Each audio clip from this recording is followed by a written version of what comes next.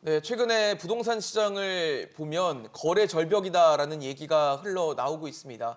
아파트 매물로 100채가 나오면 그중에 3채만 팔릴 정도로 거래가 아주 부족한 상황이 돼버렸는데 글쎄요, 연준의 금리나 시그널이 과연 이런 부동산 시장에 다른 바람을 불러일으킬지도 관심입니다. 한번 여쭤보겠습니다.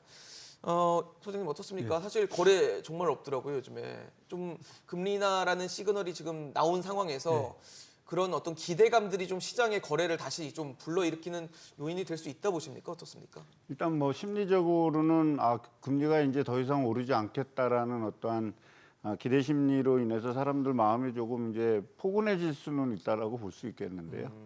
과연 이제 미국이 미 연준에서 말한 것처럼 2024년에는 한 3번 정도의 금리를 인하하겠다라고 해서 이제 0.75 정도 만약에 이제 정상적으로 이행이 된다 그러면 0.75 정도 내렸을 때 이제 4.75% 정도 미국 기준금리가 되지 않습니까? 네. 우리는 이제 한국의 기준금리는 3.5%로 미국과 한 2% 정도의 금리 갭이 있는데 한국의 어떤 주택 부동산과 관련된 시장을 우리가 쳐다봤을 때 과연 미국이 금리가 0.25% 만약에 낮췄다 하더라도 우리는 즉각적으로 대응을 해서 같이 낮출 수 있을까라는 어떤 상황은 좀 우리 한국적 특수 상황이나 가계부채라든지 이제 이런 것들을 좀 고려해서 우리가 좀 판단해 볼 필요가 좀 있겠다라고 생각하고요. 사실 2022년 말에 미국의 상당한 그 애널들이 2023년 초에는 금리가 피벗이 돼서 금리를 인하해서 저금리 상황이 유지될 거다라고 해서 미국의 은행들이 채권 투자라든지 이제 이렇게 많이 했지만 결국에 금리가 고금리 상황이 지속되면서 실리콘밸리 은행이 파산하거나 이제 이런 문제들이 있었기 때문에 네네.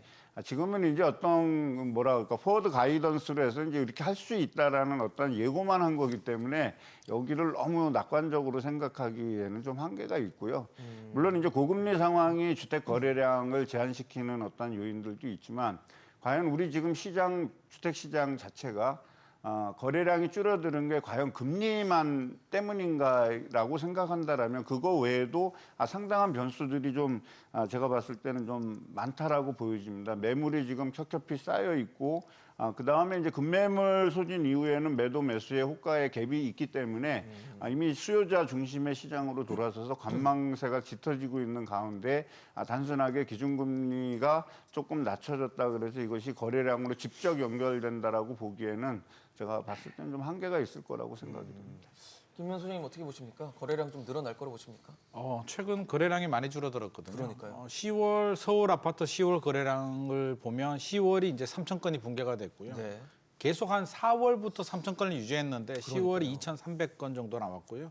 11월이 이제 아직 계속 통계가 잡히고 있는 중이긴 네네. 한데 잘 나와야 2,000대 초반 정도 아니면 1,000 후반대 정도 나올 것 같고 네. 12월은 뭐 2,000건 안 나올 것 같습니다. 네. 그렇다면 원래 예년에는 한 달에 보통 어느 정도 나와야지 정상 수준이라 보나요? 뭐 정상이라는 기준이 좀 그렇지만 예, 예. 2020년, 2021년은 기본 한 5천 건은 나왔고요. 5천 5천 건에서 15,000건 정도, 많게는 15,000건까지 나왔는데 이게 3,000건도 굉장히 낮은 수준인데 이제 그렇네요. 그것도 지키기 어렵다.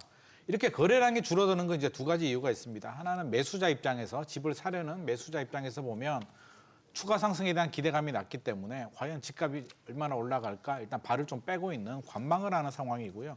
집주인 입장에서 본다면 매물을 회수해서 또 거래량이 줄어들 수도 있는데 네네. 최근에 매물이 증가하고 있거든요. 매물이 증가한다는 얘기는 집주인이 매물을 회수하는 건 아니고 네네. 집주인도 팔고 싶어 한다. 추가 상승에 대한 기대감이 낮기 때문에 매물을 내놓는데 매수자들이 쳐다보지 않는 겁니다. 그래서 지금 거래량이 줄어들고 있는데 여러 가지 요인이 있겠죠. 왜 집값이 추가 상승에 대한 기대감이 낮을까? 네네. 뭐 금리가 높아서 그럴 수도 있고요. 그동안 많이 올랐기 때문에 과도한 상승에 대한 피로감이 누적이 된 부분도 있을 것이고 정책적인 부분도 있고 대출도 있고 여러 가지 요인들이 있는데 지금 우리가 이제 가장 중요한 변수가 금리인 거는 분명한 사실입니다만 만약에 금리가 내리면 집값이 다시 뭐 대세 상승으로 이어지느냐 저는 반등을 할 것 같습니다. 일단은 뭐 환호성을 지르고 금리 내리니까 앞으로 저금리로 갈 거야 박수를 치는데 반등 매수 대기자들이 들어오겠죠. 들어오는데 생각해 보면 금리가 뭐 0.25, 0.5 내린다고 해서 한국은행 기준금리가 3.5인데 설사 3%까지 내린다고 해서 대출금리가 시장에서 원하는 거는 한 2%대 저금리를 원하는데 2% 이하로 내려갈 수 있을까? 대출금리 쉽지 않을 것 같습니다. 그리고 미국에서 이제 인하 시그널이 드디어 나왔습니다. 드디어 네. 나와서 그 부분에 대해서는 뭐 긍정적으로 볼 수는 있는데요. 소장님 말씀하신 것처럼 2% 벌어져 있단 말이에요. 2%포인트 벌어져 있는데 미국이 3번 내리면 제 생각에는 잘해야 한 번 정도 내릴 수도 있을 것이고 하느니요. 예, 하느니 2% 벌어졌으니까 1.5%까지는 아마 못 내릴 겁니다. 더 내려오면 부동산 집값이 떨어지게 된다면 뭐 한두 차례 정도 인하할 수는 있는데 예. 한두 차례 인하해서 될 문제도 아니고요. 아직 한국은행 총재께서 인하 시그널을 말씀하지도 않았고 여전히 긴축을 말씀하시고 있고 미국에서 이런 이야기가 나온다고 해서 저는 솔직히 잘 믿음이 가지 않습니다. 2021년에 파월 의장이 2023년까지 금리 안 올린다고 이야기했거든요. 제가 그 말을 믿고 여러 군데서 2023년까지 금리 안 오르니까 집값 안 떨어진다고 했다가 욕을 엄청 먹었습니다. 그래서 그냥 시그널은 시그널이고요. 한 달 전만 하더라도 금리 올릴 수도 있다라고 했잖아요. 한 달 만에 내릴 수도 있다라는 말이 나온 거지 실제로 내리는 건 아니기 때문에 다음 달에 경제 지표를 보고 다시 또 올린다라는 말이 나올 수도 있는 거고요. 내려야 내리는 거다. 그래서 우리가 말만 듣고 너무 흥분하지 말자. 조금 걱정되는 건 지금 기대감이 너무 커져가지고요. 네. 사람들 마음속에는 제 주변에 보니까 이미 0.5%포인트, 50bp 정도는 이미 내려간 것처럼 마음은 벌써 네. 그렇게 기대를 하고 있기 때문에 오히려 이렇게 안 내려가면 또 실망을 할 수도 있습니다. 그렇죠. 그래서 기대가 너무 크다는 점은 조금 우려스러운 부분이 있습니다.